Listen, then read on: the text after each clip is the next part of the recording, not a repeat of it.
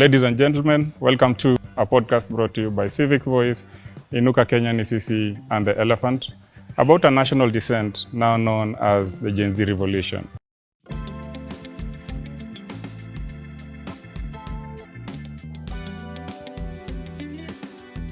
To her friends, she's simply known as Sophie, but in the heat of the streets, she's commanding a movement. She's challenging the status quo.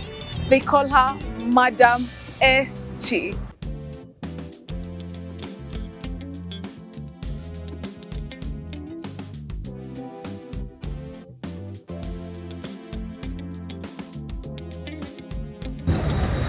Now, Sophie, what was the defining moment that convinced you the street energy must be channeled into an elective seat? Well, personally, I believe that if you choose the street path, you will forever be an icemaker. Wow. But the only way to provide solutions to the problems that we are facing is to vie so that you're on the decision-making table. I don't want to be an activist. In fact, I don't like that word. You don't like it? I don't because like because I relate activism to noise making. Yeah, Sophie, these conversations need a sit down. So I think we'll just go in there to Kaichini and listen to you. Sure. So, before even we get deeper into our conversation today, I'd love you to tell us briefly about the revolutionary Gen Z movement. What is it about? What is this thing? Yeah. I could go on and on about it, but to start off, I am the current Secretary General of the Revolutionary Gen Z movement. And in a nutshell, we are an intergenerational. I have used that word on purpose because people assume that when we say Gen Z, it's just young people. No, we're an intergenerational but youth-led movement that is focused on seeing a better country, better service delivery to the people, and basically just Article 43 is what we want to bring closer to the people. So how then are we planning to do that? Okay. Of course, it's youthful mobilization, political organizing in the grassroots, and also coming together as aspirants so that now we have a common goal towards working together to form a better government. Like, in all honesty, we are a political organizing movement that is working towards basically just implementing the constitution in our leadership. So we want to be MCAs, MPs, governors, women reps, senators, hell, even the president. So to be a member of the movement, you have to be... Not particularly. Okay. You don't particularly have to be an aspiring political leader. You can also contribute to the movement in different ways. You don't want to be an aspirant, but you can help us with your skill set. Let's say you're an IT specialist, you're a content creator, you're a finance person, you're a data analyst. You can help us with all that to just make this a success. In reality, with time and as we gather our resources, we will transform into a political party. But see, the WRPP is not registering young people's parties now, so we will work with what we have now, but the main aim is political organizing. And what are the core values governing the movement that are transcending beyond what we are used to and that are challenging, the current state of the nation? Number one is, of course, integrity. Number two is discipline and professionalism. And here we show it by the way we wear. We have a regalia, a uniform that is an overall and a beret.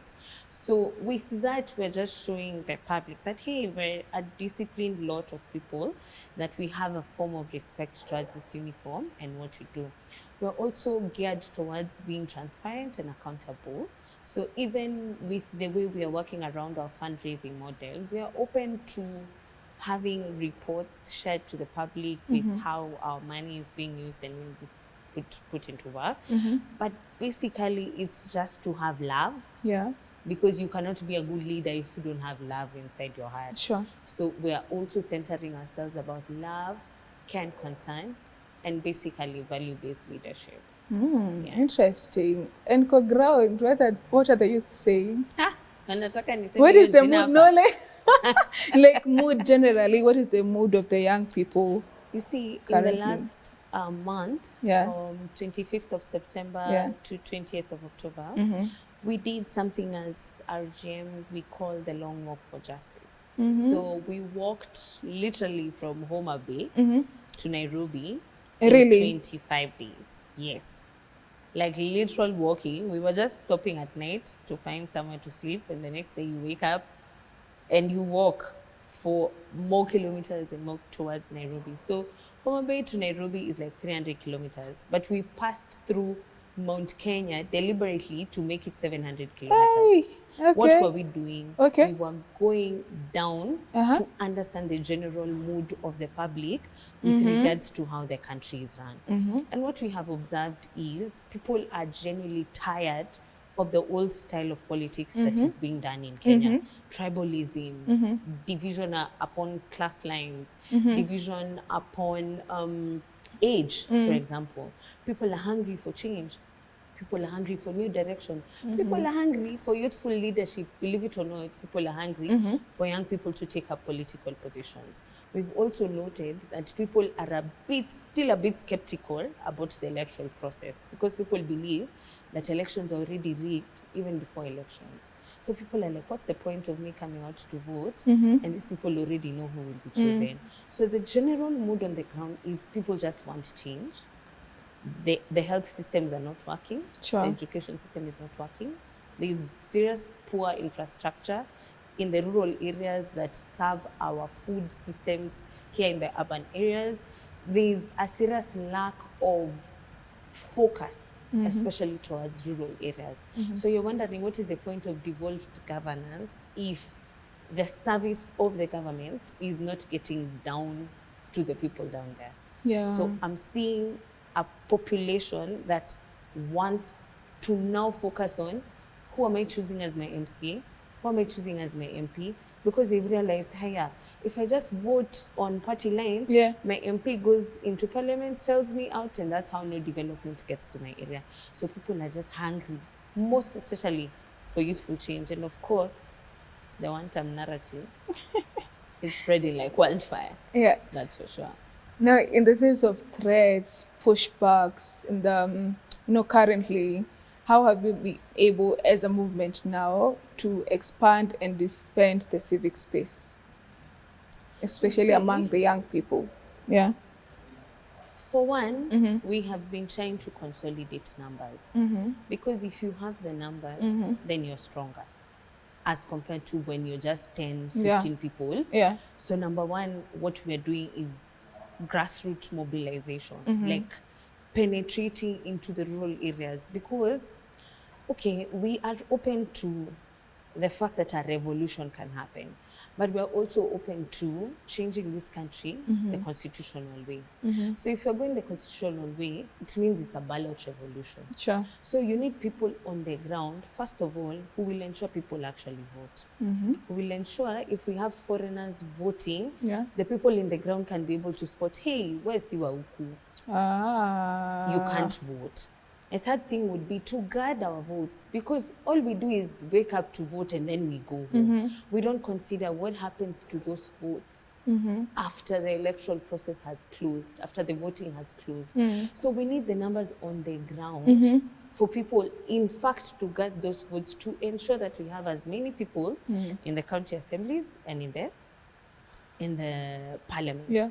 Number two would be to align ourselves with people in the civic space who are also championing for the same things that we are and also have better networks than we have. For example, right now we have Bob Njagi and Nicholas Oyo who are held in Uganda and we don't know where they are. So you see, if we do not have, number one, the media, if we don't have the civic spaces working in conjunction with us, we're not able to push out the message and say, hey, free these guys, hey, we need justice for them, you see.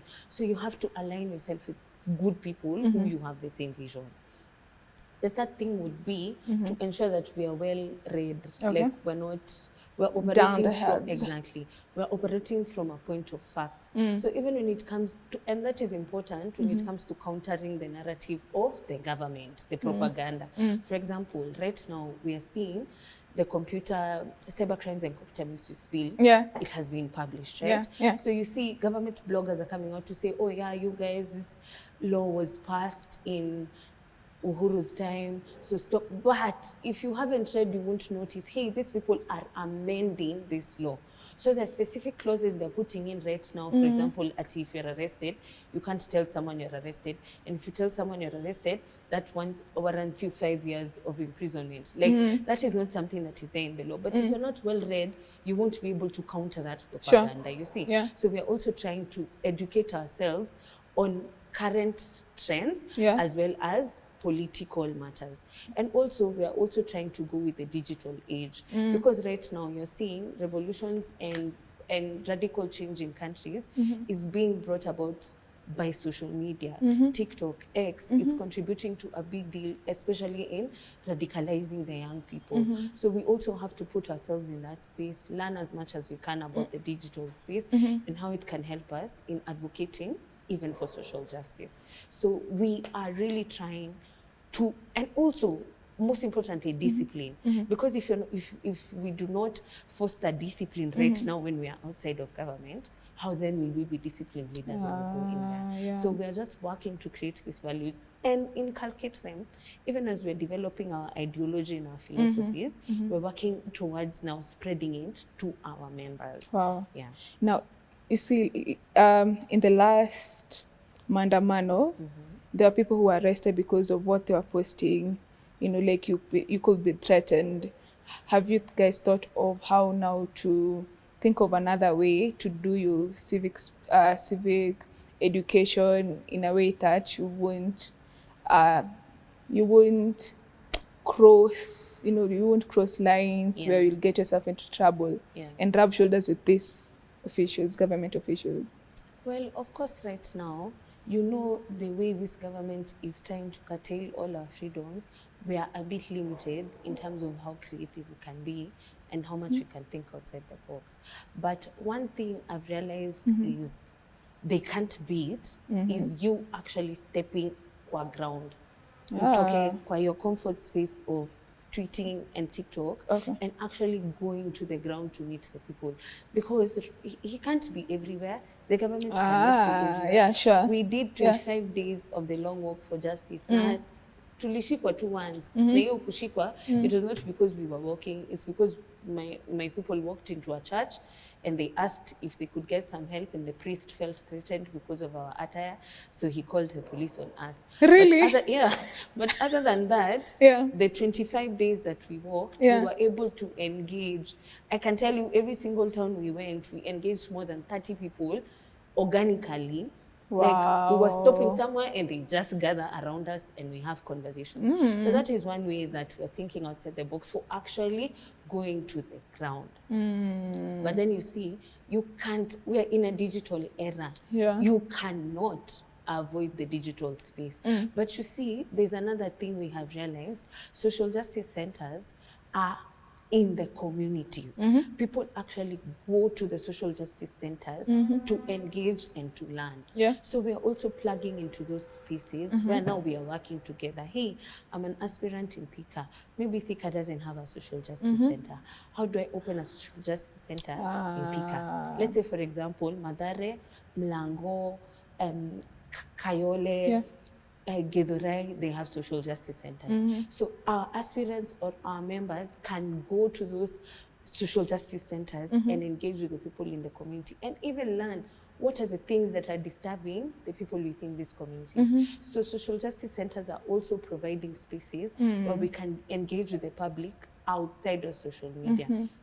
Social justice centers also have a way of using art to spread the message of the revolution. You know, it is said that the work of the artist is to make the revolution irresistible. So you see, they're using art, they're using theater, they're using spoken word, they're using rap, they're using songs to pass the message of revolution.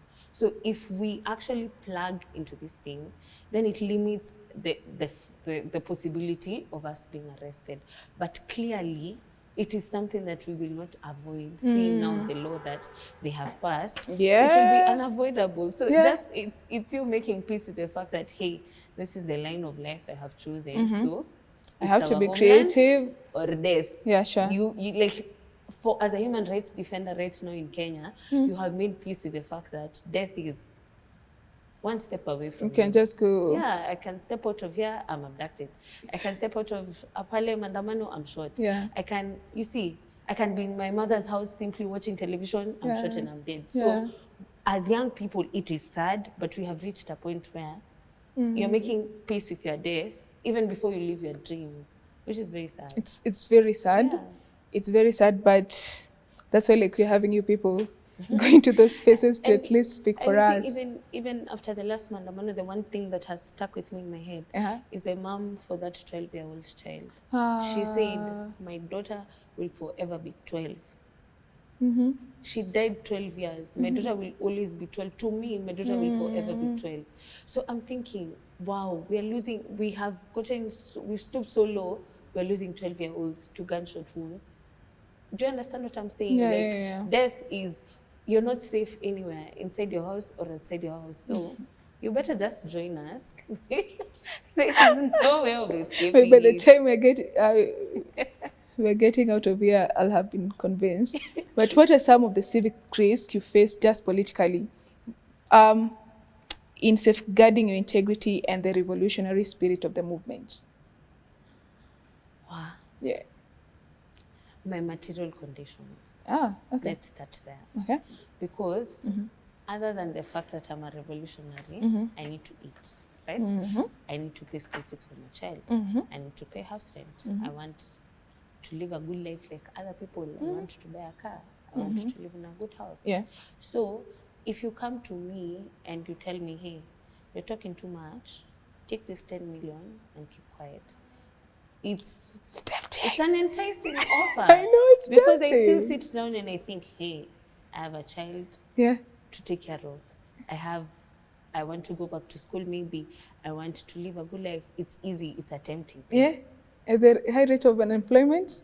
It's tempting. It's very tempting. So that's one like part that I have to sit in my alone space and even within the people that I relate with, and we have that conversation constantly. Like, let us not allow our poverty and our material conditions to be weaponized against us, such that you're willing to betray the cause for you to shine and be on and live a good life. But then also the way we are structuring our movement right now is we're structuring it to outlive any of us.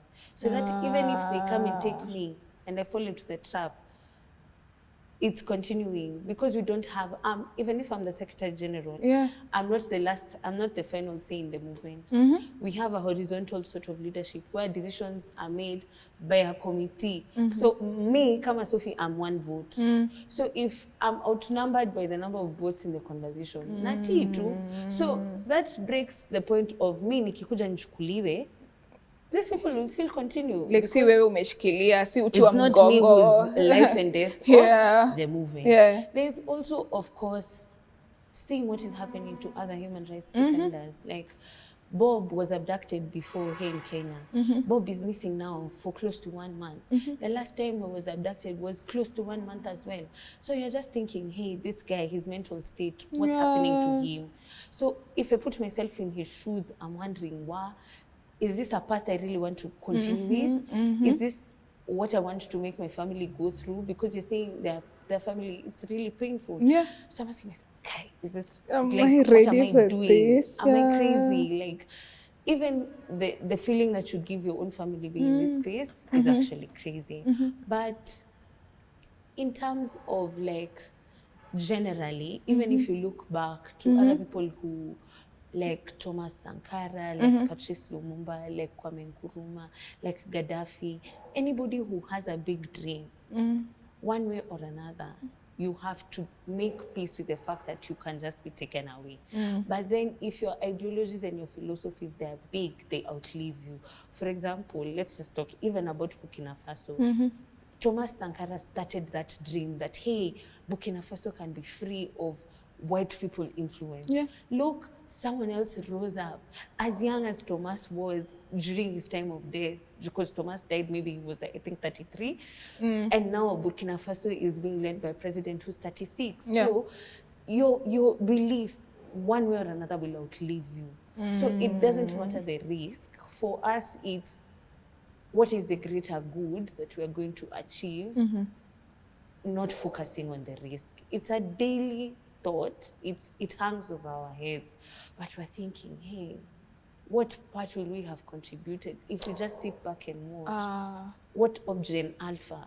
What will become of them? Ebo, just imagine, I'm just asking you in all honesty, imagine you walk around Nairobi, you see so many young people out of school. So many young children are not going to school. So, and it's only because their parents can't afford to pay their school fees. So Ebo, imagine in the next 5 years, for example, if this continues, how many young people will be out of school? So many. Because the government has decided to prioritize empowerment, to prioritize travel, to prioritize drama and PR over service delivery. How many children will be out of school? So if you don't do something about it, how sure are you the child out of school won't be your child? So for us, it's risk vis-a-vis the reward. I think the risk is worth the reward. Wow. Yeah. Wow. Now, the widespread frustration with poor governance, it presents an opportunity, of course, yeah? How does the current climate enable the Gen Z movement to establish a credible and lasting civic voice in the country? You know, it's hard because, I'll be honest, Kenyans are not ready for a new style of politics. Kenyans are still focused on, I'll come and sit here and listen to you. Okay, so I want to be the MC of Thika. Yeah. Let me give you a practical example. I had a meeting I told someone who's my close friend. He was like, hey, nilikuona kwa TV, nikaona uko serious, ndakusaidia kumobilize. So he called for me like 20 people in a group, and we sat down and had a conversation for 2 hours. Do you know, after the 2 hours, first of all, nimewabaia chai, na samosa na sausage, 20 people. They were not going. After you were done? Yeah. Unajua wanangoja nini? Something, kitu kidogo. Dare you give them 200 shillings. Na hapo umeita mtu wa boda. So anakuambia 200 shillings and I've listened to you for 2 hours. Hiyo 200 bob yako unadhani ningeitengeneza na dakika ngapi ningekuwa job? So Kenyans are still not ready for accepting that I'm a young person, I want to venture into politics, but I don't have money to dish out. So unfortunately, we are disadvantaged because Kenyans are not ready for politics that is not attached to money. So there we are. Gosh. It's a serious struggle. It's so sad. However, the current poor governance is posing an opportunity to us. Why? Because the way we are doing our politics as RGM and how the approach that we have is issue-based politics. Like, mimi nataka kuwa MCA in Thika, right? So right now in Thika, for example, Thika Road, there is very poor lighting of the superhighway. You find the infrastructure of lighting is there, the Mulikamuzi is there, but it's not coming on. So that's an issue in my area. And it's affecting everyone. It's affecting everybody. So if I can figure out a way to solve this issue before I become the MCA, I find a way to agitate so much on behalf of my people that light is brought back on. And those street lights within that superhighway is brought back on. It's easier for people to trust me with the position of leadership. There's the issue of drainage. Drainage zetu kwanza zimemea vitu mpaka hapa juu. If I can find a way to get people in my community to support me, first of all, tushikane na mayouth wengine tusafishe hiyo area. Kungare, mayouth wapate kitu kidogo, wapate something to do, and the area is clean. It's easy for people to trust me. So that's our approach at the moment, that we are establishing the problems that Kenyans are going through, not only highlighting them, but striving to provide a solution without exactly being in that position of power. So that now people will look at you like, kai, kale kasichana akajatupea pesa lakini kanafanya kazi ya kasichana ile taa ingewaka. Sophie for MCA. Wow. That's how utapata very many of us tutachaguliwa bila kupeana pesa. So the poor governance is actually offering us an opportunity in the way that we are finding problems to solve. That way we are winning the trust of the public. That way we will gain their votes. Unapata mtu unamwambia mimi nataka anakuambia si kwani amke kuvote lakini juu yako lazima uingie kwa ofisi. Yeah. Exactly. Yeah. So it's challenging. Let me be very honest with you. Doing politics right now is challenging. The other thing, hatuna party. The parties that are existent, yes, you can join. But you see, they already have a working formula of the way they do things within their political parties. So, huku wewe umetoka RGM na ideology zako za RGM, unataka kukuja kuchange ODM from within. Unataka kukuja kuchange DCP from within. Sorry, my friend. You will enter there and you will be swallowed. Who are you? Who exactly do you think you are? Who are you? Come here, sit back and let's teach you. Yeah. You don't know. We've been in this game for 20 years. You're just starting. How old are you again? You what? You're That's under the 30? exact age of this party. So sit down, relax. Learn. Let's teach you. You see, so if we can get like a a new party, a youthful machine that we can join and help create the ideology together, that will help us. Because you see, it's naive of us to assume that we will do politics without coalitions. Yeah, sure. Kenyan politics thrives on coalition. So even when the time comes for us to join a particular side of the coalition, what will we go with? RGM, Nasi Party? Apana.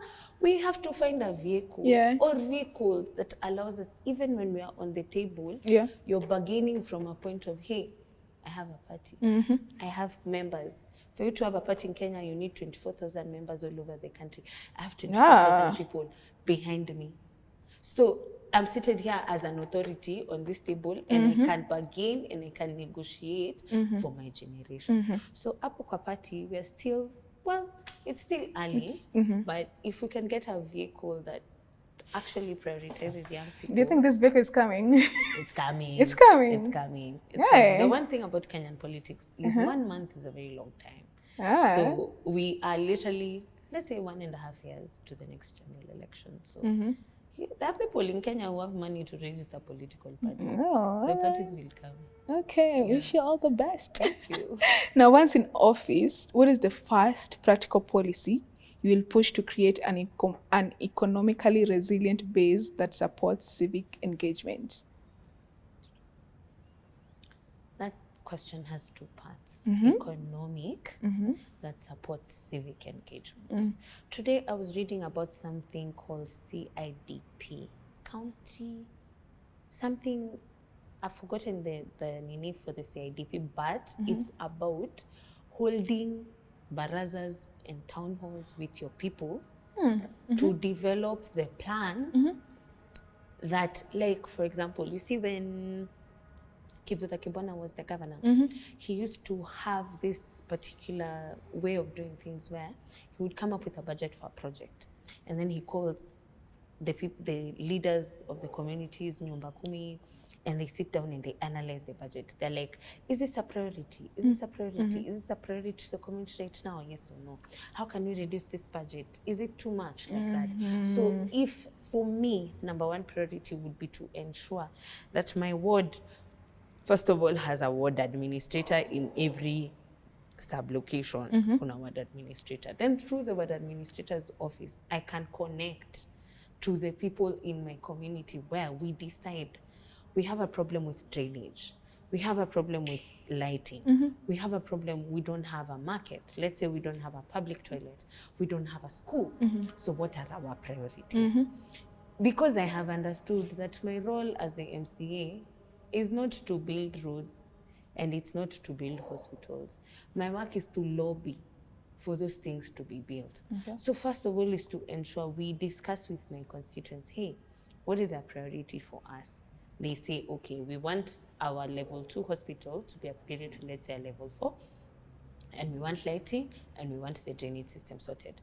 So those are the 3 things that we want. So even when I'm going to the county assembly, I know what I'm pushing the governor to give to my people, first of all. Economically, if I can push my ward to work at least 20 hours a day, not 24, at least 20, because currently, if you come to my ward right now, my ward has three areas. There's one area called Ngoingwa. There's another one that encompasses the Thika town itself. And there is a place called Kiandutu. So in Kiandutu is the one that has been fostered to be sort of like a 24-hour economy. You see, it's a slum area, but it's very busy. Like a lot of Thika township wards money comes from Kiandutu. So the previous governors have really pushed money towards that area.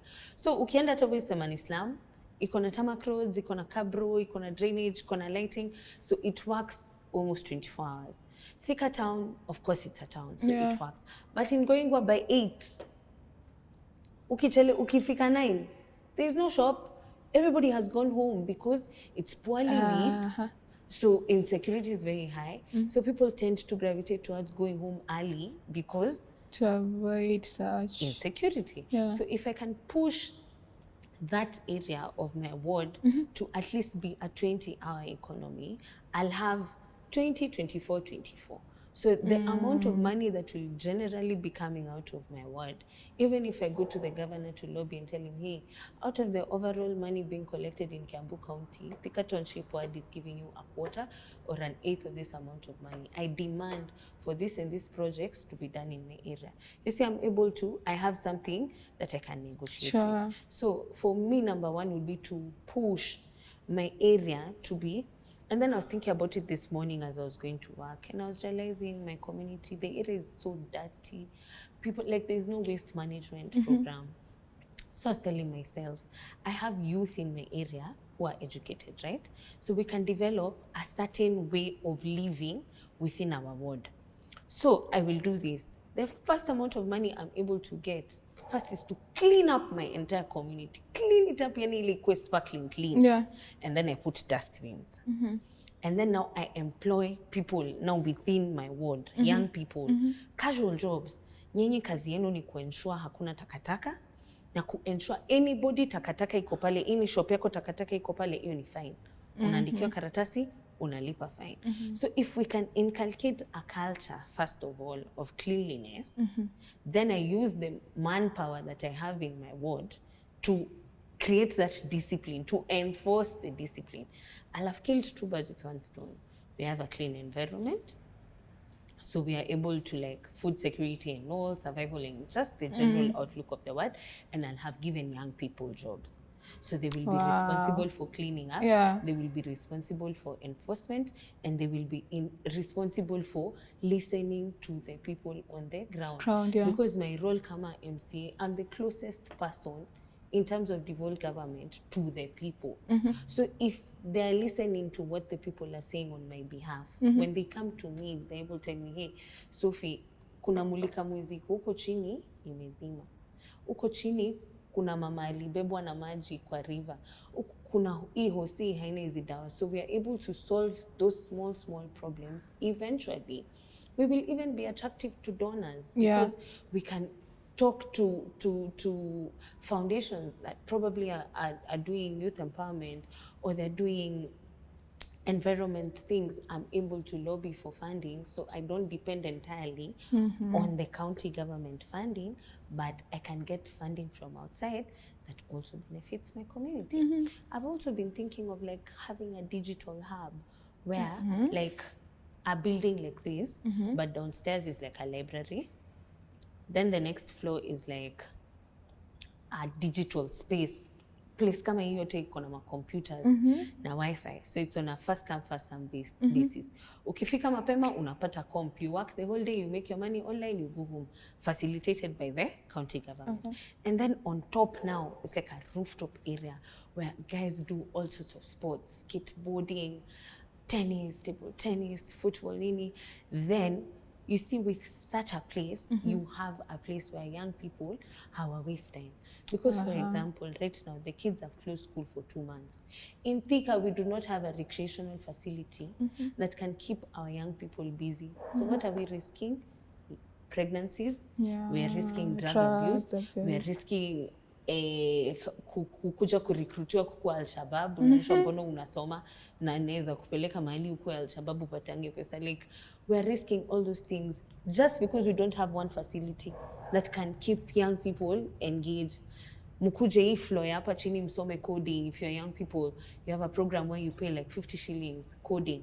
Downstairs kwa library unalipa 20 shillings and you can spend the whole day in the library. Upstairs, come with your skateboard. Ukichoka kwa library, panda upstairs, skate, enda home. By the time the day is over, you have engaged in something that is so self-fulfilling. You don't even have time for drugs. Gosh, like sitting here listening to you, I'm like, yeah, I need to shift. I have this figured out in my brain. Yeah, because like I can see it, and right now I'm feeling like I should now take my bags and come to Thika and relocate to Thika, because this is beautiful. Just about starting small.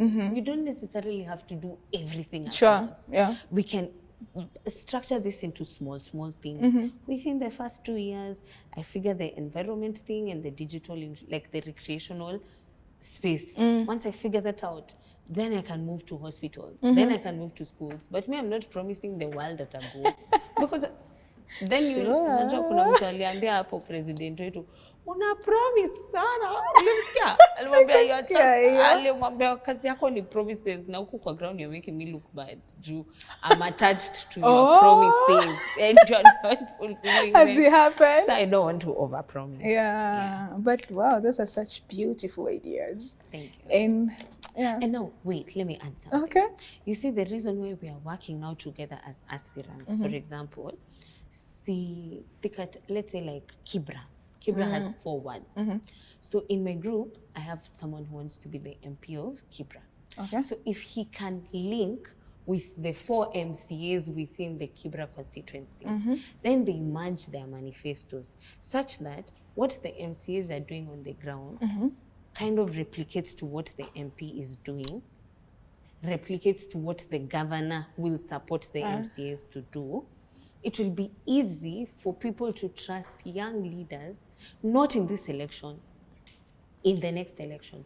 Because if we work together, we're able to establish more change for our communities. Sure. So come the 4 MCAs do what they're supposed to do. The MP does what he's supposed to do. And then we go back to the ballot 2032, we'll be like, hey, we already have an example of what youthful leadership can do. Yeah. So the ripple effect will be more young people standing a chance at governance, more young ideas. So probably by the time it's 2037, we will have a lot of young people. Even young possible people. the president. A young Sure. person. Yeah. We are gravitating towards having as many young people as possible within the county assemblies and the houses in the legislative arm of government. Because yes, I have my set of beliefs and my set of ideologies. Yeah. But if I'm alone believing in those things in the county assembly, then it's easy for me to be shushed, to be gagged, to be silenced. But if I go into the county assembly of Kiambu with 20 more young people from my movement, and we have the same belief, it's very easy to push the governor to be like, hey, we're 20 of us, we can easily impeach you. So it's for you to toe the line or we impeach you. So number 1 is to ensure that I'm not the only young person elected in that county assembly. Because if we had more youthful leaders in parliament right now, the impeachment motion would have gone through for the person in the highest office in the land. But now the excuse of the MPs is, I'm alone. If I put the MP, I'll be alone, you see. So number 1 is to rally for more young people. We get into that house together so that I'm not the only dissenting voice when it comes to when politics is being done the wrong way. Number 2 would be to be the same person I am now as I will be when I have power. Because right now, I'm vocal about injustices. I'm vocal about corruption. I'm vocal about, so I am willing to be the whistleblower. And that's why I'm telling you, it's easy for me because I've made peace with death. So if you want to kill me for speaking the truth, I've already made peace with it. So you can You easily cannot be kill me even when I intimidated get with there. that. Yeah, you can't intimidate me with will get people to follow you. I will still whistle blow. Okay. I can't. I am just saying, if I told this president just goes back and I happen to be in the county assembly, he will have a very hard time because me, I will radicalize people in that county assembly. If I go there on my own, I will make sure I radicalize all of them. Yani design, we can impeach the governor, we can, like, I will go with this same drive that I have. But I also think the one thing about me that, like, in the small moments that we have been here together, I think you have seen that I have this heart for, like, why are you suffering? Actually, like that was a question like I had preserved for you. Basically, we are getting to end this conversation because I think you painted a picture of you that is not just about this seat. You have people's interest at heart.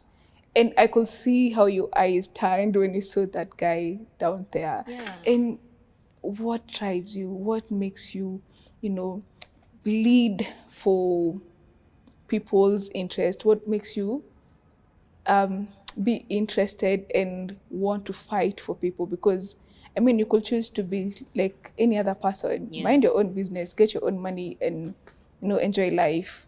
I look at it from a point of, if we are very many advantaged people, it's easier for our community to grow, and it's easier for everybody to be okay. You see, the sort of culture that Kenya has created is a very individualistic kind of culture where it's about me and my family and my children and my nephews and my nieces. If then they succeed, us we're okay. But that's a very scarce mindset. An abundant mindset believes that if you're more people who are economically okay, I can come to you and tell you, Maureen, give me 10K. There's a deal and I'm short of 10K. Give me, I'll pay you back.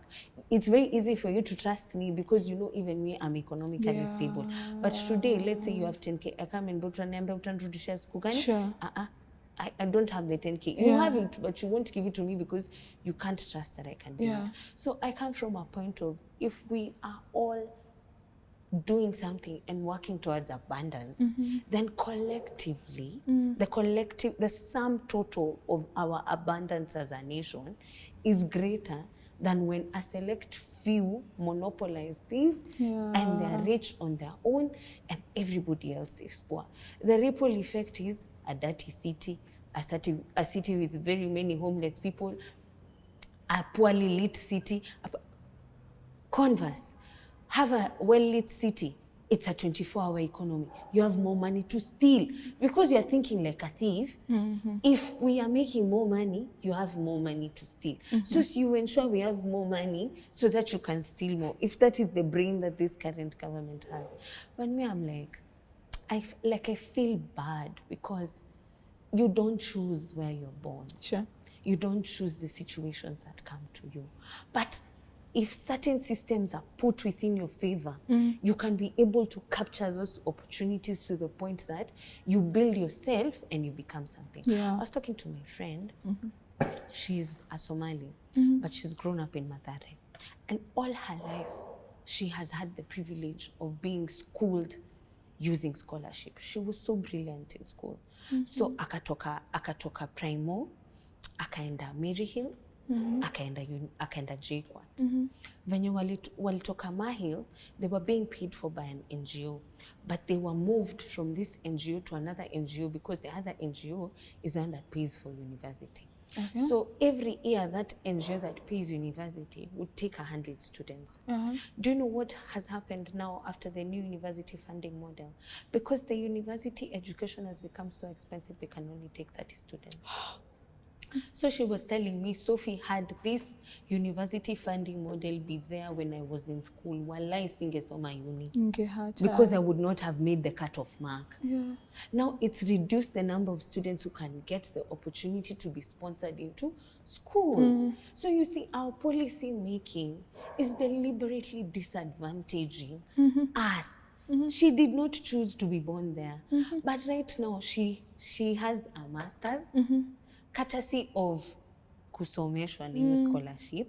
She got married in like to a high value person because her education exposed her to a high value person. Ukibaki Mathare, utaolewa na mtu wa Mathare. Nisipo empower Mathare itoke kukua slum, tutabaki hapo, I'm 23 years old and I have 5 children in Mathare. But if I can make Mathare to be better, that utatoka hiyo Mathare, uende place ingine, you're more exposed, you see. So for me, I come from a school of sort of more service delivery to the people, more opportunities, more likelihood for our country to grow. And I think that's where my heart really is. But right now, my biggest driving force, kabisa, is my kids. Because I can't imagine them growing up to find this sort of struggle. We're not supposed to be talking about education and hospitals and proper roads and proper lighting. We're supposed to be talking, a 6-year-old should be learning how to code, how to make a phone, how to assemble a car. How is a 6-year-old in Kenya supposed to compete with a 6-year-old in Japan? How? Do they even have the competitive advantage? Totally different worlds. You will forever be disadvantaged. But it's not because you did not have the willpower, but opportunities were not brought to you. Oof. That is so sad when you think about it. If you put a serious thought to it, it's very sad. I think there's hope, especially when you're having people like you coming up, and I think there's hope. I hope so. There's hope. Yeah. Now, how do you propose to rebuild faith in the electoral and civic and civil service processes, ensuring that young people see their civic voice as a tool for change and not just a cry of frustration? First of all, it's understanding that nobody is coming to save us. Okay. Yes, we believe in God, but God hatatoka huko heaven kukuja hapa chini kutuwekea president. It is your vote that determines who gets into power. Okay. Had we not come out in large numbers, for example, as people in the Mount Kenya region, to give Ruto the votes, would he be president today? No. Had we come out in the same large numbers to give Right Honorable Prime Minister Raila Odinga, then I see who would be the one who would be president. So it is your vote that gives these people power. Exactly. Number 2 would be young people are coming out. We are putting ourselves literally in the line of danger. Me being a human rights defender means I could lose, like, there's a spoken word artist, his name is Billy Oeba. He says literally right now, a young person is 1 bullet away from becoming a statistic. That is me, a human rights defender. I'm 1 bullet away from dying. So young people and the citizens of Kenya seeing us willing to risk our lives for a better nation should be a motivating factor for, hey, there could be something here, right? But how do we build the faith? We have to be the eternal vigilantes. Right now, before the elections, it's to keep the government in check. Okay. You are bringing about punitive bills. We will come out on the street in large numbers and protest. You are abducting young people. We will not keep quiet. We will talk about them online and offline. You want to IBC has been given money to go around doing civic education, and they're not doing it. Us young people will come out and we will do civic education to the citizens ourselves. And more so is to guard our votes. Don't just wake up, go vote, then you go home. Sit there, watch them, count them. Because if they see that there is somebody who's actually checking out what they're doing, it's very hard for them to stay. One more thing that we want to do as young people is deliberately to have a parallel tallying center where we have, I told you, it's working backwards. Okay. Have mobilized on the ground, literally the grassroots, the rural areas, have your pointsmen there. So in every polling station, now kumbuke, walipass law wakasema hadi gari, lori, inaweza kuwa polling station, toilet inaweza kuwa polling station. So in all those polling stations that they want to even be ghost polling stations, we will have people there. So when form 34 inatolewa, kuna tallying center inatumwa, wakitali tunatali, so that the moment the numbers have a disparity, we know this is where you stole from this constituency going like this, hizi ndio mliiba. So hata tukienda ku contest the elections kwa court, tunasema kutoka hii point hizi constituencies fungueni hizo boxes tuhesabu, because we know that's where the stealing came from. So we are deliberate about ensuring that the electoral process will be free and fair. What I'm wondering is, can we actually bring electoral reforms that will probably allow us maybe to use social media within the polling stations? Because if we can go live on TikTok the entire time, then stealing will be on a minimum. So like you're live on TikTok from people when they're voting until they're tallying? Until the tallying, until the final submission. But now you see that is not provided for in the Elections Act of 2011 right now. So how can we get people in parliament to pass such laws that allow? Lakini Kenya wao wanafanya ni kusema kwanza they have a right of kuzima TV na live coverage hiyo siku. Musione venye elections zinachali. You see, like there's every reason for young people to not believe, for the citizens to not believe in the electoral process. But what I am really hoping is that our condition, like we are pushed to the wall so much that voting is our only hope. And it has been done. Countries right now, this year, Malawi, one term. Uyo wa Cameroon, he has actually declared themselves the winner. Lakini watu wako nje kwa barabara wako like, wewe hatukutaki, you are not our choice. So there are very many measures that we can use to ensure that our elections are free and fair, and people can actually have some form of faith in our governance. But right now, it's on the outside keeping the government in check. So that mimi nikienda Thika niambie watu hii nataka kwa MC, watakuwa like, kai aka kasichana kamekuwa kakijitolea, wacha tuamke tukavote. Sinakwambia mimi, very many people naenda nikiambia watu nataka kwa MC, wanasema kama ni wewe nitaamka ni vote. Juu ile kazi unafanya, mimi siwezi fanya. So if you can have more young people putting themselves out here in the line of danger, being controversial, going against the government because we are our own opposition right now, then we stand a better chance of building the faith that actually the electoral process can actually work. Well, I want to sit here and, just hear you speak. Wow. But any last words? My last words, of course, will be Ruto must go. And it is not Ruto alone. It is the entire regime. Like, every single one of them has failed us. Every single one of them has contributed to this bad governance. And we are not short of good leaders. But bad leaders are elected when good citizens fail to show up and participate in the electoral process. So come out, register as a voter, actually vote, because, and of course, if you're from Thika, vote for me. I want to be your MCA. It's Thika ward? Thika Township ward. Oh, okay. Yeah. Good luck. Thank you so much. It's really like, I'm really, really loving what I'm hearing. Yeah. I'm really inspired. And right now, I just want to challenge, those that want to vie for elective seats. Man, changamkeni, there are people out here who are out, they're doing themselves. So congratulations. And my prayers is, from what was spoken, to God's ears, askia. Amen. So that has been our time. Thank you so much for watching. Till next time, bye-bye.